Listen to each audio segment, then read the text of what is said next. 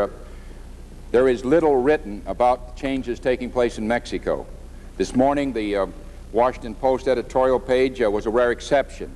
The editorial, Mexico and its banks, played down the emphasis on the recent deal with Mexico's bankers and described the reorganization of Mexico's internal economy as an extraordinarily impressive job.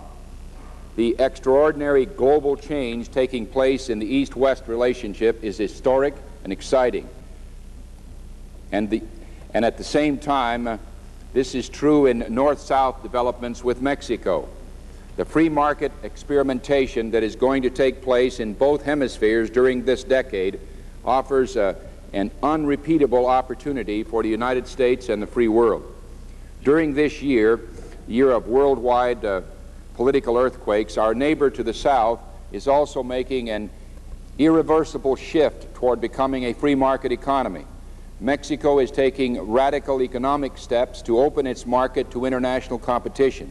It's cutting its subsidies, selling off inefficient enterprises, and pushing its budget toward balance. We have an opportunity, Mr. President, to team up with Mexico, the Mexican president, and move toward a stronger North American market. President Salinas is a top-flight economist who thinks and acts pragmatically. He is turning out to be a top-flight political leader as well. He has chosen to lead his nation rather than to merely preside over it. He wants to add to the wealth of all Mexicans. He is moving away from a state-dominated economy in Mexico toward diversified free enterprise economy. President Salinas obviously has his work cut out for him. He is wrestling with huge federal deficits. Just so we will know, we worry about our deficit. Theirs is 11.5% of their gross national product. To put that into perspective, if the United States had a deficit of 11.5% of GNP, we would have a $575 billion deficit. Mexico has a $138 billion foreign debt. Inflation was 160%, Mr. President, just 2 years ago.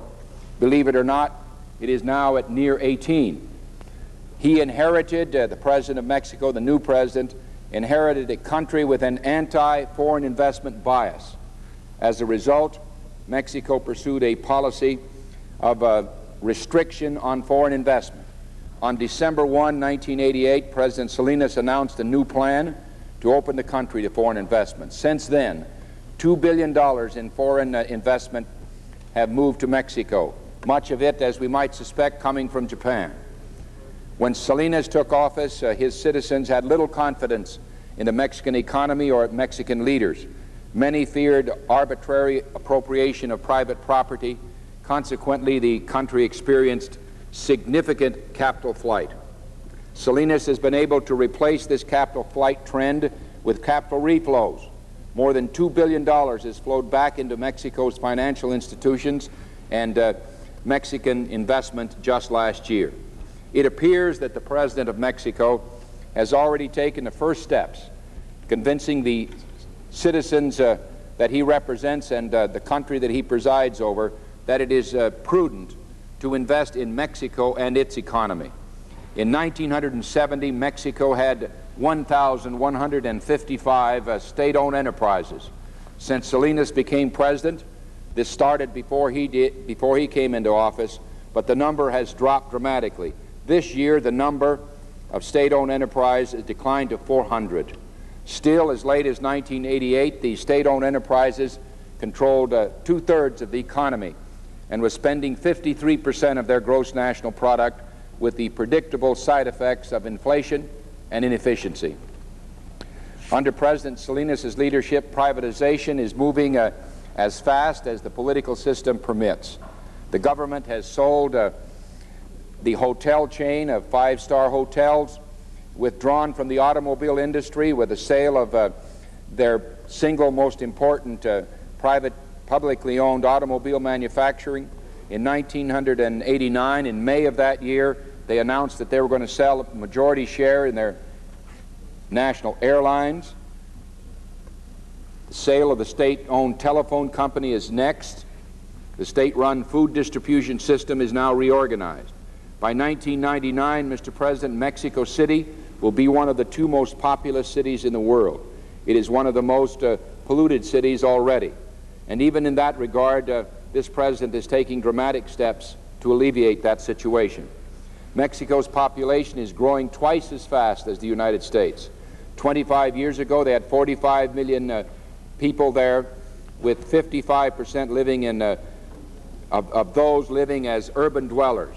The World Bank projects that the population will reach 105 million by the end of the century, with 71% living in the already bulging cities. While the U.S. had 1 DEA agent killed in the drug war, and we've made a great deal of news about that recently, Mexico has had 63 of its drug enforcing agents killed. During the 13 months that Salinas has been president, Mexican authorities have seized more cocaine than they had in the previous 10 years.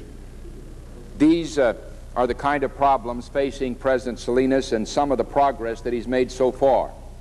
There's a vast economic potential, Mr. President, for Mexico as a result of their young population and their new attitudes. Japan seems convinced of this and is investing heavily. The Japanese can see an opportunity. When they see one, they move. If the production